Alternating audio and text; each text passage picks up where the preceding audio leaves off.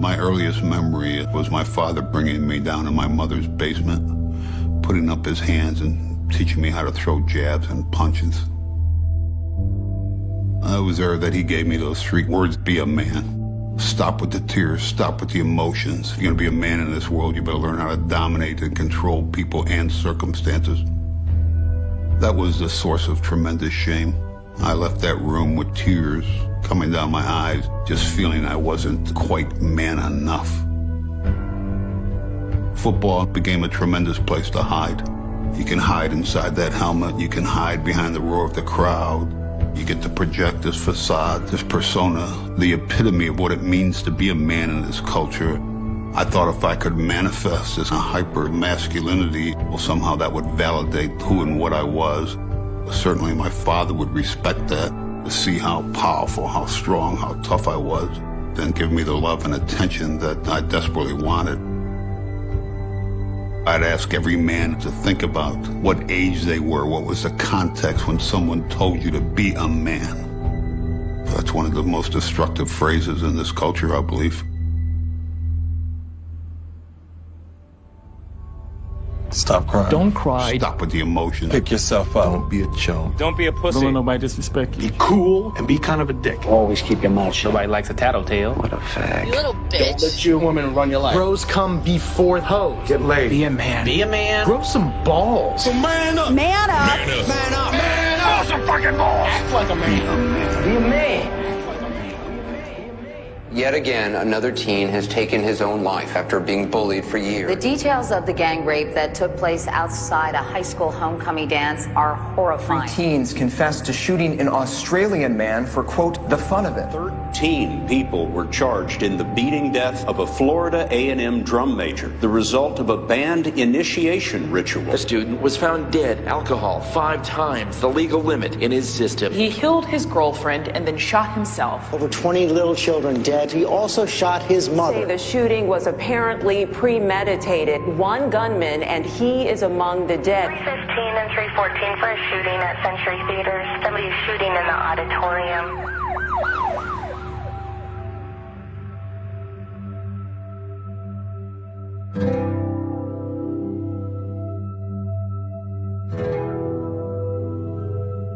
If you really knew me, you would know I feel like an outsider at school.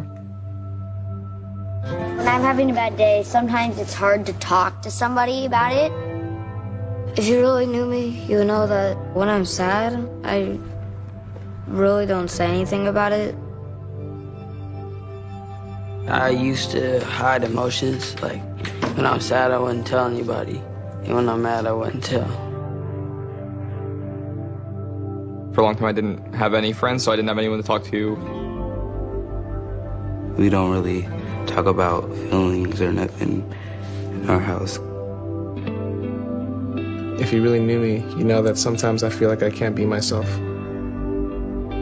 If you really knew me, you would know that I don't really know my dad.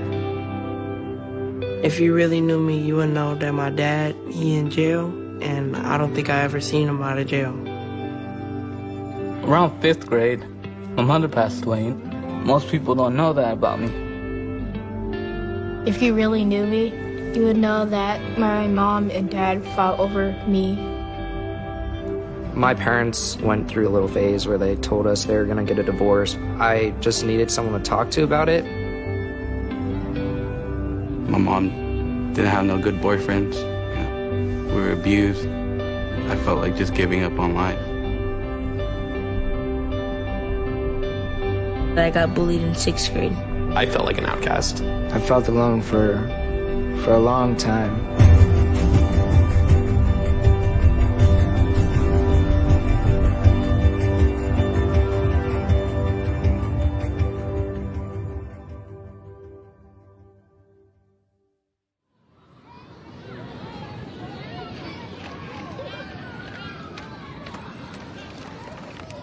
If you walk onto any playground in America where there's a bunch of boys happily playing, you can start a fight by asking one question. Who's a sissy around here? And 2 boys will go at it. Oh, he is, and they could have a fight. Or all of the boys will go, oh, he is. And that boy will either have to fight them or run home crying.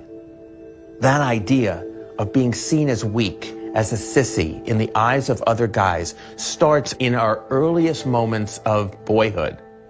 And it follows us all the way through our lives, proving to other guys that we're not girls, that we're not women, that we're not gay. We've constructed an idea of masculinity in the United States that doesn't give young boys a way to feel secure in their masculinity, so we make them go prove it all the time. If I can man up, why step down from that, you feel me? Masculinity is not organic. It's reactive. It's not something that just develops. It's a rejection of everything that is feminine. Sometimes my friends act like they're tough when I feel like they're not. From the beginning, we're taught as boys to lock down our emotions. We can't talk about being afraid. We can't talk about being hurt. We could talk about being pissed off. We could talk about being angry. We can't talk about being sad. If you never cry, then you have all these feelings stuffed up inside of you, and then you can't get them out. We put them on that trajectory through our popular culture, through our parenting styles, through our educational styles, and through assumptions about natural manhood and maleness that we pass along that are incredibly insulting and damaging. And then there's a whole social system that polices them through this low level of threat from other men if they're not man enough.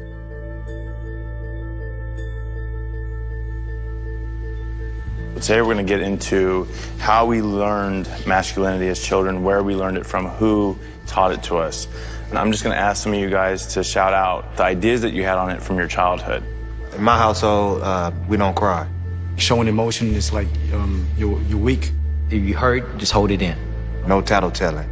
Fight back. You know, everything was surrounded around money. Be the best. Go for the triple instead of the double. It was okay to be a womanizer. A man has to be dominant and in charge and has control. You know, a man does everything to the extreme. Never back down from anything. A man used violence to solve problems.